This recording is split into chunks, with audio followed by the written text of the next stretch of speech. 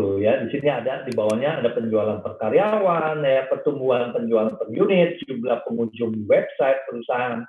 Ini adalah jumlah pengunjung website perusahaan tuh kalau kita iklankan di website ya, kemudian berapa pengunjung yang membuka website tersebut dan melihat, itu biasanya ada yang hitung tuh ya secara otomatis kalau dia kita masuk website ya hitung secara otomatis. Nah itu juga jadi patokan bahwa keefektifan daripada iklan tersebut ya. Penjualan menurut pelangganan dan penjualan per meter persegi untuk penjualan acara. Nah, itu semua adalah ukuran yang dipakai oleh manajemen untuk mencapai tujuan. Nah, ini adalah salah satu hal yang juga harus diperhatikan oleh auditor. Ya. Nah, udah ya, itu semua adalah hal-hal pemahaman yang harus kamu ketahui mengenai usaha dan industri dari klien tersebut. Ya. Nah, selanjutnya yang berikutnya adalah melakukan prosedur analitis awal. Kemarin saya sudah jelaskan ya di chapter 7 mengenai prosedur analitis. Ya, prosedur analitis itu harus punya itu ya, harus ada punya pembanding. Ya, analitis itu apa nih? Ya mengenai current ratio ya. Pernah dengan current ratio ada kan ya? Current ratio. Nanti kamu lihat lagi di di chapter ya. Current asset apa singkatnya? Current asset dibagi dengan current liability. Ya. Kalau CR-nya adalah 2, artinya apa? Current asset-nya sama dengan 2, current liability-nya sama dengan 1. Artinya apa? Current asset kalau current asset itu semua dijual, dijadikan uang, ini dia sanggup untuk menutupi semua kewajiban dia 1. Malah lebih lagi. Ya, 2, 1. Berarti ini uangnya ada 2. Current asset itu kalau semua kan bisa dijadikan uang.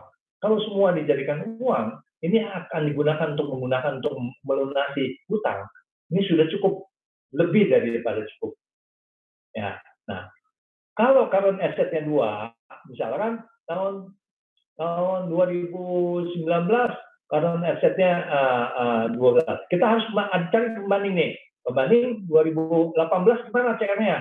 Oh, CR-nya pembandingnya adalah misalkan 3 misalkan ya, 3. Nah, loh, berarti kan turun kan? 2018 turun ke 2019 turun ke 2. Apa itu artinya apa? Artinya CA sama dengan 3, CL sama dengan 1. Nah, ini. Berarti mana yang lebih bagus? Yang lebih bagus tahun 2018 ya, karena dia menjadi 3. Kenapa bisa turun dari ini? Nah, itu yang kamu harus selidiki, auditor harus selidiki ya. Kenapa turun? Nah, dengan melihat ini ya, dengan membandingkan rasio-rasio daripada suatu perusahaan, kalian akan mengetahui ya kira-kira apa yang menjadi tekanan daripada pemeriksaan tersebut ya. Jadi ini bisa berdasarkan dari berdasarkan dari angka perusahaan dari tahun yang lalu. Bisa dari industri perusahaan yang sama sejenis, bisa juga ya. Tuh. Yang kemarin kan ya bisa ada 3. Bisa juga dari angka yang berasal dari auditor sendiri. Ya, kalau auditor memprediksi ini karena perusahaan ini harusnya current ratio sekian. Nah, ya, jadi ini yang kamu harus perhatikan. Nah, saya kasih tugas buat kalian dulu ya, saya catat dulu ini ya, bahwa untuk tugas kamu ya, berdasarkan audit report yang saya minta untuk suruh kumpulkan ya pada tempo hari, kan jenis perusahaan yang lain-lain semuanya itu ya. kamu analisa analytical review nih, kamu analisa. Kan itu ada 2 tahun ya. Ya pasti ada 2 tahun audit reportnya itu. Kamu analisa. Analisanya caranya gimana? Kamu analisanya cari di chapter 7 tuh. Di chapter 7 itu ada analisa-analisa rasio-rasionya itu. Ya.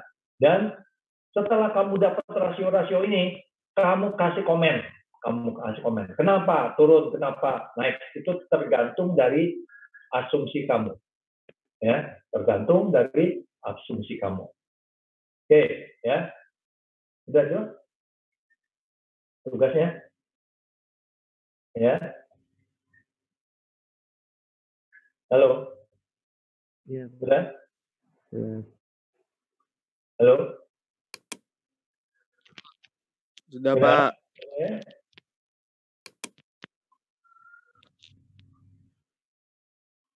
Oke. Sudah ya. Tugasnya sudah jelas ya. Kumpulnya kapan, Pak? Iya, Pak. Review untuk audit report yang kamu kumpulkan. Ya. Jadi pembandingnya adalah angka tahun sebelumnya daripada perusahaan tersebut dengan menggunakan rumus-rumus yang ada di chapter 7. Setelah itu kamu analisa sesuai dengan pendapat pribadi kamu. Itu karena apa? Ya, naik kenapa, turun kenapa?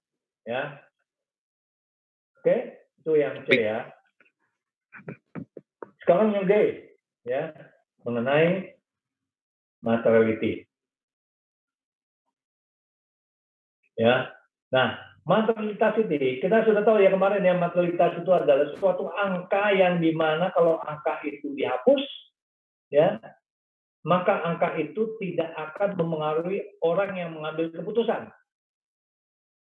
Atau suatu angka yang sedemikian besarnya, tetapi kalau angka tersebut dihilangkan, maka orang yang mengambil keputusan tidak akan terpengaruh. Nah, sama ini materialitas. Definisi materialitas adalah besaran yang kesalahan yang secara individual atau secara gabungan dengan kesalahan yang lain yang dapat dimungkinkan memengaruhi keputusan ekonomi dari pemakai yang membaca laporan keuangan tersebut. Ya, jadi yang dapat dimungkinkan memengaruhi keputusan ekonomi. Ya, jadi sejumlah angka ini kalau di atas ini akan memengaruhi, kalau di bawah ini tidak akan memengaruhi. Ya, itu yang disebut juga sebagai materialitas. Ya, kalau jawaban dari pertanyaan itu harus pakai kata-kata sendiri ya, nggak usah dihafalin lah. Ya. Jadi karena auditor bertanggung jawab untuk menentukan apakah laporan keuangan telah dinyatakan salah secara material, ya, mereka harus mengungkapkan kepada klien tentang penemuan kesalahan yang material. Ya, temuannya itu ungkapkan kepada si klien sehingga akan menjadikan perhatian dari klien dan melakukan koreksi. Jadi kalau ada kesalahan material dalam proses audit ini, kita harus kasih tahu ke klien untuk dilakukan perubahan. Kalau kliennya nggak mau, nah, itu kita harus perhatikan dulu. Kalau kliennya nggak mau, apakah menurut si auditornya, angka ini akan bisa memengaruhi orang yang mengambil keputusan? Berarti material kan? Ya, kalau bisa memengaruhi angka ini bisa memengaruhi orang yang mengambil keputusan dan si kliennya itu tidak mau mengkoreksi, maka opini yang akan dikeluarkan akan berpengaruh. Ya, kita bisa kasih qualified atau kasih disclaimer, ya, tergantung sampai seberapa jauh pengaruhnya terhadap laporan keuangan. Pak, maaf ya. Pak. Kayaknya layarnya nggak jalan ya, Pak? Jalan nggak nih? Iya, nyala, Pak, cuma nggak jalan. Jalan kok jalan? Jalan ya? Cuma di halaman yang tetap, Pak. Halaman tetap? Iya. Iya, Pak. Oh, saya ini udah di materialitas, nggak kelihatan materialitas.